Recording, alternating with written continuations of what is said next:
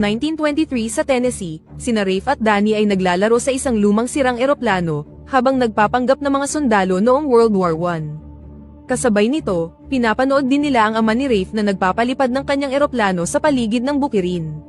Pagkalapag ng lalaki, ang mga bata ay pumuslit sa kanyang eroplano upang magpatuloy sa paglalaro, para lang ma-activate ito nang hindi sinasadya. Nagpanik ang mga bata habang umuusad ang eroplano nang walang kontrol sa loob ng ilang minuto, ngunit sa kabutihang palad ay napatigil nila ito sa gitna ng bukirin. Pagbalik nila, galit na kinaladkad ng lalaki si Danny at sinaktan siya dahil sa pakikipagkaibigan niya kay Rafe, na tinawag siyang tanga at hindi marunong magbasa. Kinuha ni Rafe ang isang lumang propeller at hinampas ang lalaki habang tinatawag niya ito na isang masamang German.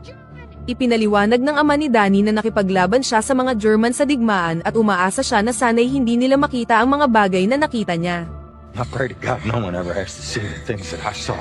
Pagkaalis niya, sinabi ni Danny kay Rafe na best friend niya siya, bago sumunod sa kanyang ama.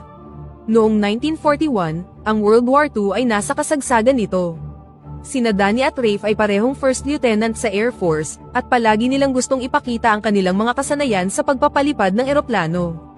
Hangang-hanga ang mga kasamahan nila, ngunit si Major Harold Doolittle ay naiinis dito. Isang hapon, sinabi ni Harold kay Rafe na natanggap siya sa Eagle Squadron mula sa Britanya, kaya kailangan niyang pumili sa pagitan ng pananatili sa American Air Force o pagpunta sa London.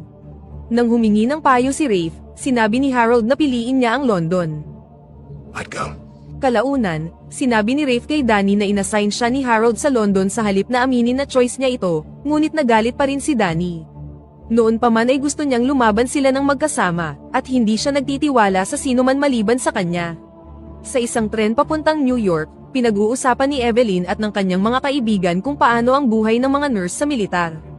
Ibinahagi ni Evelyn na nagkaroon siya ng romance kay Rafe 4 na linggo na ang nakalilipas, at inilarawan ito bilang ang pinakaromantikong mga araw ng kanyang buhay. Nakilala niya ito sa isang eye exam, na nagpapatunay na nahihirapan siyang magbasa. Si Rafe ay may dyslexia ngunit nakikita niya ng maayos ang lahat ng iba pa, kaya ipinasa siya ni Evelyn. Kalaunan, habang binibigyan siya ni Evelyn ng turok, nag-usap sila tungkol sa kanilang mga ama na parehong mga veterano, ngunit patuloy na nanligaw si Rafe. Gayunpaman, nabunyag na ang shot na ibinigay ni Evelyn ay dati nang nakuha ni Rafe, dahilan para mawalan siya ng malay. Kinagabihan, hinintay ni Rafe si Evelyn sa labas ng ospital na may dalang champagne. Patuloy na sumasakit ang kanyang ilong, kaya inasikaso ito ni Evelyn, at kalaunan ay nauwi sa paglaplapan ng dalawa. Pagdating ng tren sa istasyon, hinintay ni Rafe si Evelyn na may dalang maliit na origami bird. Dinala niya ang ilan sa kanyang mga kasamahan at ipinakilala niya ang mga ito sa iba pang mga nurse, para magkakasama silang pumunta sa club ng gabing yun. Ginawa ng mga sundalo ang lahat para manligaw sa mga nurse, ngunit hindi sila magaling pagdating dito. Habang distracted ang iba, sina Rafe at Evelyn ay pumuslit sa harbor at sumakay ng bangka upang marating ang isang magarbong cruise ship sa malapit. Pagbalik nila sa hotel, sinabi ni Rafe kay Evelyn na pupunta siya sa London at inamin niyang nag-volunteer siya. Nangako si Rafe na babalik siya para kay Evelyn, at hiniling sa kanya na huwag pumunta sa istasyon ng tren dahil hindi siya magaling sa pagpapaalam. Bilang farewell gift, ibinigay sa kanya ni Evelyn ang kanyang scarf. Kinabukasan, nagpakita pa rin si Evelyn sa stasyon, at dito na narealize ni Rafe na mahal talaga siya ng babae. She loves me. Habang nagpapatuloy ang digmaan, ang British Air Force ay nahihirapang mapanatili ang kontrol sa kalangitan. Pagkarating sa Britanya, si Rafe ay itinalaga sa isang eroplano na puno ng mga tama ng bala at mga mantsa ng dugo mula sa nakaraang piloto, na hindi namatay hanggang sa lumapag siya. Sa USA, sinabi ng Pangulo sa kanyang team na kailangan nilang tulungan ang Europa para talunin ang mga Nazi. Bilang tugon, planong gumanti ng Japan sa pamamagitan ng pagsira sa American Pacific Fleet sa Pearl Harbor. Kalaunan, ang pangkat ng mga nurse ni Evelyn at ang squadron ni Danny ay ipinadala sa Pearl Harbor, kung saan pinalamutian ng mga piloto ang kanilang mga eroplano ng mga nakakatawang larawan. Sa pagdaan ng mga linggo, tiniyak ni na Evelyn at Rafe na palagi silang nagsusulat ng liham sa isa't isa, kung saan ibinahagi nila ang takbo ng kanilang mga buhay. Ipinaliwanag ni Rafe na mahirap makipagkaibigan dahil araw-araw ay may mga sundalong namamatay sa labanan. Sa kabila nito, proud siya sa paggabay sa kanyang koponan at so far ay hindi pa siya natatalo sa laban. Ang USA ay patuloy na nagpapadala ng mga fleet sa Atlantic, at ang Admiral ay hindi masyadong masaya sa kakaibang tactics na ito. Samantala, ang Japan ay lihim na kumukuha ng mga larawan ng lahat upang mamonitor ang kanilang posisyon, at naghanda ng mga torpedo para sa isang malaking pag-atake. Isang araw, ang London base ay inactivate ang kanilang siren, at ang koponan ni Rafe ay nagmamadaling sumakay sa kanilang mga eroplano upang makisali sa isa pang laban. Napakahusay ng kanilang teamwork, at sa loob lamang ng ilang minuto, nagawa nilang mapabagsak ang ilang eroplano ng Hapon. Sa kasamaang palad, sinurpresa ng kalaban ang eroplano ni Rafe mula sa likuran at nagawang mabaril ito, na nagdulot ng pagtagas ng langis. Sa pagsisimula ng apoy, walang makita si Rafe at hindi rin siya makalabas dahil na-stop ang canopy. Binaril niya ang salamin para basagin ito, ngunit bago pa siya makalabas, binaril muli ang eroplano at mabilis itong bumagsak sa dagat. Samantala, si Danny ay nanonood ng boxing match at masayang-masaya siya nang makitang nanalo ang kanyang fighter. Gayunpaman, nagambala ang kasiyahan nang makatanggap siya ng nakakakilabot na balita. Makalipas ang ilang minuto, binisita ni Danny si Evelyn para ipaalam sa kanya na namatay si Rafe sa labanan. Pinag-usapan nila kung gaano sila kalungkot ngayong wala na si Rafe, at dito nalaman ni Danny na talagang nag-volunteer ang kanyang kaibigan. Makalipas ang ilang araw, nadurog ang puso ni Evelyn nang matanggap niya ang huling sulat na ipinadala sa kanya ni Rafe. Samantala, patuloy na inihahanda ng Japan ang malaking pag-atake nito at sinubukang magpadala ng mga peking mensahe sa kanilang mga sundalo dahil alam nilang tinitiktikan sila ng Amerika. Gayunpaman, alam ng American intelligence kung ano talaga ang nangyayari. Makalipas ang 3 buwan, magkasama pa rin sina Danny at Evelyn, na nakahanap ng aliw sa kanilang parehong pinagdadaanang kalungkutan. Isang araw, nakalimutan ni Evelyn ang kanyang panyo sa restaurant, kaya pumunta si Danny sa bahay ng nurse para ibalik ito. Pumayag silang magkita ng mas madalas, bagaman hindi sigurado si Evelyn. Kinabukasan, tinukso si Evelyn ng ibang mga nurse, at tiniyak sa kanya na panahon na para mag-move on. Pagkarating sa bahay, itinago na ni Evelyn ang mga sulat at origami ni Rafe, at nagsabi na ng kanyang huling paalam. Sa Washington DC, natuklasan nila na nawawala ang Japanese fleet at hindi sila mahanap ng kanilang mga eroplano, na lubhang kahina-hinala. Sa Pearl Harbor, si Danny ay naging isang napakahusay na team leader. Palaging bumibisita si Evelyn sa kanya, at inamin ni Danny sa kanyang mga kaibigan na nakukonsensya siya dahil nagkakagusto siya sa nobya ng kanyang matalik na kaibigan, ngunit hinikayat siya ng mga ito na mag-move on na. Kalaunan ng araw na yun, isinakay ni Danny si Evelyn sa isang eroplano para sabay nilang panoorin ang paglubog ng araw. Pagbalik nila, nagtago sila sa parachute garage at doon nagbembangan ng buong magdamag. Kinaumagahan, nagpakita si Evelyn ng ilang pagdududa sa kanilang ginawa, ngunit tiniyak sa kanya ni Danny na okay lang ito at pumayag silang magsimulang mag-date. Sa paglipas ng mga araw, sina Danny at Evelyn ay masayang-masaya sa bago nilang relasyon. Samantala, ang Japan at USA ay patuloy na nag-eespiya sa isa't isa, at kailangang gumawa ng maraming paghula upang maunawaan kung ano ang sinusubukang sabihin sa kanila ng kanilang intel. Ang mga fleet at eroplano sa magkabilang panig ay ginagalaw araw-araw, upang subukang panatilihing nalilito ang kanilang kalaban. Isang gabi, nagtatrabaho si Evelyn sa ospital at pagtingala niya, laking gulat niya nang makita si Rafe doon. Kasabay nito, nakatanggap si Danny ng sulat mula kay Rafe na nagsasabi sa kanya ng nangyari. Nakaligtas si Rafe sa plane crash, at sa pag-alala tungkol kay Evelyn, nakahanap siya ng lakas upang makalabas ng eroplano at lumangoy sa ibabaw ng tubig. Natagpuan siya ng isang French fishing boat at nanatili siya sa France para doon magpagaling. Ang umiiyak na si Evelyn ay sinubukang halikan si Rafe ngunit umatras siya, nang makaramdam ng labis na konsensya. Sa sandaling yun, natagpuan sila ni Danny, at lumayo si Rafe nang ma-realize kung ano talaga ang nangyayari. Hindi nagtagal, pumunta si Rafe sa bar upang muling makipagkita sa kanyang teammates at ibahagi sa kanila ang kanyang karanasan. Nang dumating si Danny, gumawa si Rafe ng mapanuksong toast sa kanyang pangalan. Nabuo ang isang pagtatalo nang ipaalala ni Danny kay Rafe na akala niya ay patay na siya, ngunit sa tingin ni Rafe ay pinagtaksilan pa rin siya ng kanyang kaibigan at bigla siyang sinuntok. Sinubukan ng iba pang mga sundalo na paghiwalayin sila ngunit wala itong epekto, at ang dalawa ay patuloy na nag-away sa loob ng bar. Hindi nagtagal, dumating ang mga pulis at ang lahat ng nasa bar ay nagtakbuhan palayo. Sina Rafe at Danny ay sumakay sa isang sasakyan at nagmaneho palayo, hanggang sa makakita sila ng isang lugar kung saan pwede nilang pag-usapan ang mga bagay-bagay ng mahinahon.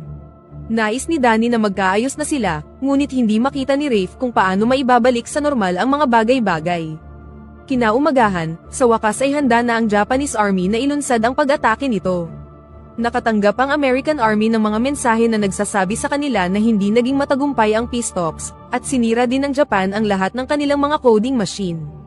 Ilang sandali pa, napansin ng mga sundalo ang isang makapal na ulap ngunit sa tingin nila ay napakalaki nito para maging mga eroplano. Sa tingin ng mga Amerikano ay mangyayari ang isang pag-atake, ngunit hindi nila mahulaan kung saan. Hindi nagtagal, ang mga Japanese plane ay nakarating na sa Pearl Harbor, at ang ilan sa mga piloto ay lumipad ng napakalapit sa lupa upang subukang bigyan ng babala ang mga inosenteng sibilyan. Pagdating nila sa base, nagpaputok sila ng lahat ng uri ng armas.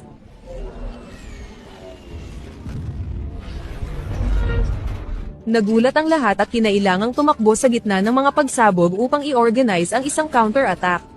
Sa parehong oras na yun, sina Danny at Rafe ay nagising sa sasakyan at agad na umalis para sumama sa kanilang team. Sunod-sunod na sumabog ang mga barkong Amerikano kasama ang buong squadron sa loob, at napakaraming tao ang namatay mula sa mga pag-atake. Ang mga nakaligtas sa torpedo ay pinaulanan ng mga bala, upang matiyak na walang maiiwang barko ang gumagana. Sa bahay ng nurse, nakita ni Evelyn ang mga pag-atake at sinabihan ang kanyang mga kaibigan na magtungo agad sa ospital. Habang tumatakbo sila sa mga lansangan, marami rin sa kanila ang napatay. Pinaputukan ng mga Japanese plane ang mga gusali, at tiniyak na mapatay ang mga sundalong nasa higaan pa rin. Tumambak ang mga bangkay sa buong harbor, at maraming sundalo ang nagdalamhati ng mamatay ang iba sa kanilang mga kasamahan. Ang mga survivor sa ilang nakaligtas na barko ay gumanti ng putok at nagawang mapabagsak ang isa o dalawang eroplano, ngunit malinaw na dehado sila sa laban.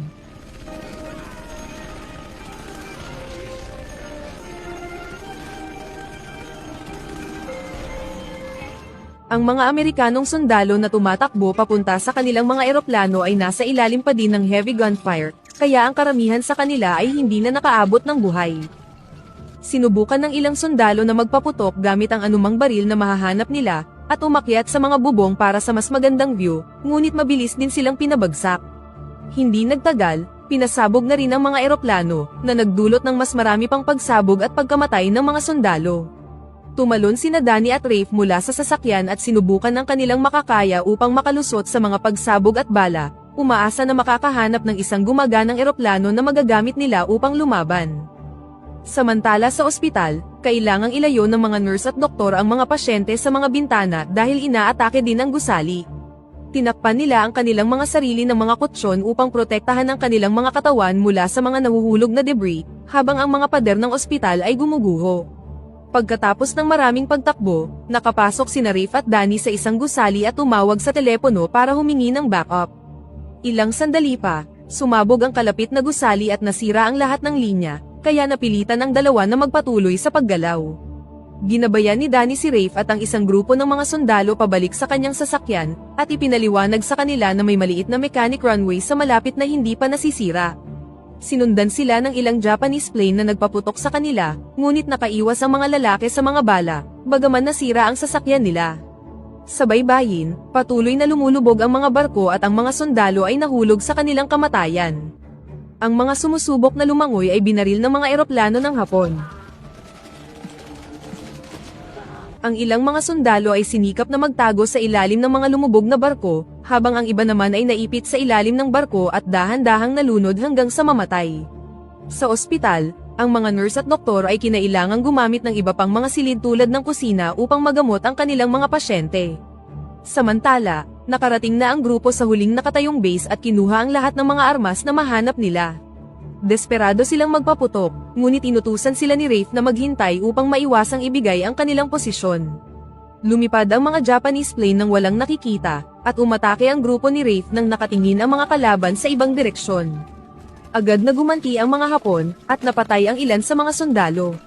Nalungkot si Danny nang makitang namatay ang isa niyang kaibigan at kinailangan siyang kaladkarin ni Rafe. Nang magkaroon sila ng opening, tumakbo ang grupo para sumakay sa natitirang mga eroplano, bagamat mabilis itong nakita ng mga Hapon at pinasabog ang ilan sa kanila. Sina Danny at Rafe ay nagawang makasakay sa huling dalawang eroplano, at sumang-ayon na magtulungan tulad ng dati. Sa kabutihang palad, nagawa nilang maabot ang runway bago pa mapasabog ng mga kalaban ang hangar. Gamit ang kanilang lumang tactics at perfect teamwork, lumipad ang dalawa sa paligid ng base at pinabagsak ang napakaraming Japanese plane.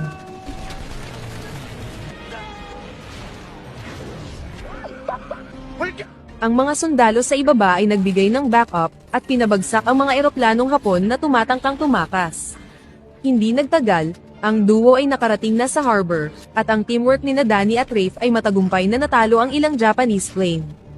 Samantala sa Japanese headquarters, na-realize ng commander na wala na silang element of surprise, kaya inutos niya sa mga natitirang piloto na umatras na. Sa ospital, wala na silang sapat na staff at kagamitan upang iligtas ang lahat, kaya sinabihan si Evelyn na ibukod ang mga pasyente sa pagitan ng mga maaari pang gumaling at sa mga wala ng pag-asa. Nagsimula na ring magdatingan ang mga sibilyan, at nalungkot ang mga nurse nang makita ang bangkay ng mga kapamilya nila. Hindi nagtagal, ang natitirang mga tropa ay sumakay sa mga bangka upang maghanap sa tubig at iligtas ang mga survivor, ngunit karamihan sa mga nahanap nila ay mga bangkay na. Kalaunan, huminto sina Rafe at Danny sa ospital para mag-donate ng dugo, dahilan para maging awkward ang sitwasyon sa paligid ni Evelyn. Sa sumunod na araw, tinalakay ng US President ang insidente sa isang conference at opisyal na nagdeklara ng gyera laban sa Japan. Ang kanyang mga advisor ay kinakabahan sa kanyang mga plano. What you're asking can't be done. Ngunit tumayo ang Pangulo mula sa kanyang wheelchair upang patunayan na maaari nilang makamit ang anumang bagay. It can't be done. Pagkatapos ng isang seremonya para sa lahat ng mga namatay na sundalo, nakipag-usap si Evelyn kay Rafe at nalaman na siya at si Danny ay makikipagtulungan kay Major Harold para sa isang secret mission. Sa kanilang pag-uusap, ibinunyag ni Evelyn na buntis siya sa anak ni Danny. Ipinaliwanag din niya na ibibigay niya kay Danny ang kanyang buong puso, ngunit mamahalin din niya si Rafe sa buong buhay niya. Kalaunan, pinuntahan ni Evelyn ang dalawang lalaki sa kanyang buhay, at sa wakas ay pinayagan na ni Rafe si Danny na makamit ang kanyang kaligayahan. Habang nagpapaalam sila, nangako si Evelyn na hihintayin niya si Danny, at hindi siya iiwan para kay Rafe. Nang muling makasama ng dalawa si Harold, nalaman nilang nabigyan sila ng Silver Star at na-promote bilang mga kapitan. Sinabi sa kanila ni Harold na lubhang mapanganib ang secret mission at malamang ay hindi na sila makakabalik, ngunit gusto pa rin nilang lumaban para sa kanilang bansa. Kalaunan, sinunog ni Rafe ang mga sulat ni Evelyn, at sinubukang kumbinsihin si Danny na huwag gawin ang misyon, ngunit dahil hindi alam ni Danny ang tungkol sa sanggol, tumanggi siyang umatras. Nagsanay ang secret mission team sa loob ng ilang buwan, at sa wakas ay handa na silang kumilos noong 1942. Binigyan sila ni Harold ng isang nakaka-inspire na speech, habang ang mga mekaniko naman ay inalis ang mabibigat na bahagi ng eroplano upang mas mabilis ang kanilang paglipad. Ang mga eroplano ay isinakay sa mga aircraft carrier, at dito ipinaliwanag ni Harold na ang syudad ng Tokyo ang sasalakayin nila.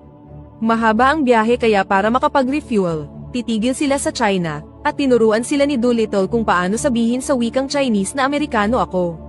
Nag-aalala sina Rafe at Danny tungkol sa kanilang kakaunting bilang, ngunit tiniyak ni Harold na meron silang plano. Samantala sa base, humingi ng pabor si Evelyn sa isang kaibigan at pinaupo siya nito sa comms room para marinig niya kung ano ang nangyayari kina Rafe at Danny. Kalaunan, sinabi na ni Doolittle ang plano sa kanyang team, at sinurpresa ang lahat sa pamamagitan ng pag-anunsyo na lilipad din siya, sa kabila ng pagtutol ng mga nakatataas. Sa kasamaang palad, nakita ng hukbong Hapon ang kanilang presensya ng mas maaga. Dahil hindi na sila maaaring huminto sa China, wala silang sapat na gasolina para sa buong labanan, kaya sinimulan nilang alisin ang mas maraming timbang mula sa mga eroplano hanggat maaari. Bago lumipad, sina Rafe at Danny ay nag-shake hands at nangako sa isa't isa na mag-iingat sila.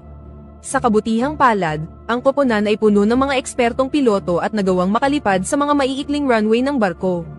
Nang nahanap nila ang mga pabrika sa Tokyo, agad nilang sinimulan ang paghulog ng mga bomba, na agad na sumira sa ilang mga gusali. Ang mga sundalong Hapon ay tumakbo sa kanilang mga sandata upang gumanti ng putok, at marami sa kanilang mga eroplano ang lubhang napinsala. Ang mga pag-atakeng ito ay tumama sa kanilang mga eroplano at pumatay sa ilang mga piloto, na ginawa pang mas maliit ang kanilang maliit na bilang.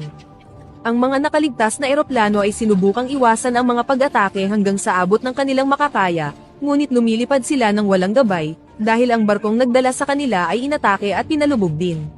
Nawalan sila ng kontak sa base at hindi na alam ni Evelyn ang nangyayari. Hindi nagtagal, Halos maubusan na ng gasolina ang team at nag-aalala na baka hindi na sila makaligtas, ngunit sa kabutihang palad ay nakita ni Rafe ang ilang palayan at sumang-ayon na doon sila maglanding.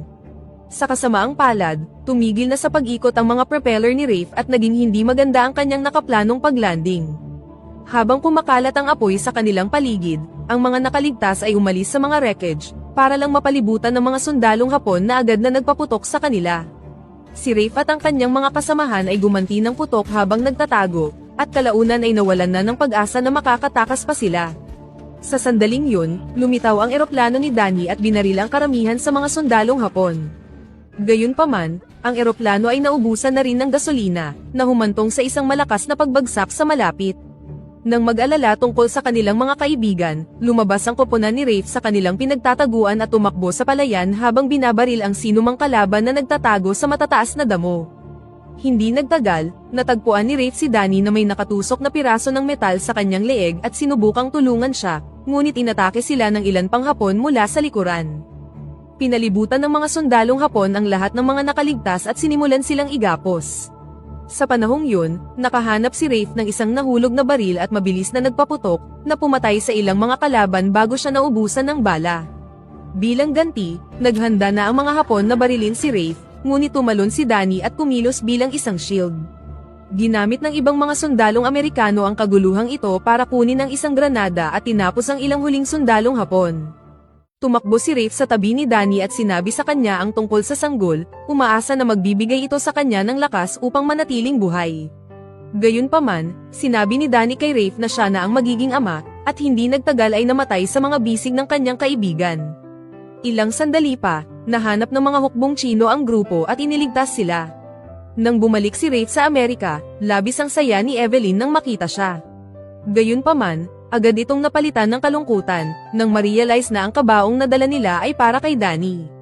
Sa huli, ang lahat ng mga nakaligtas sa labanan sa Pearl Harbor, kabilang ang mga nurse at doktor, ay binigyan ng medalya para sa kanilang katapangan, at sila ang naging inspirasyon na tumulong sa Amerika na manalo sa digmaan.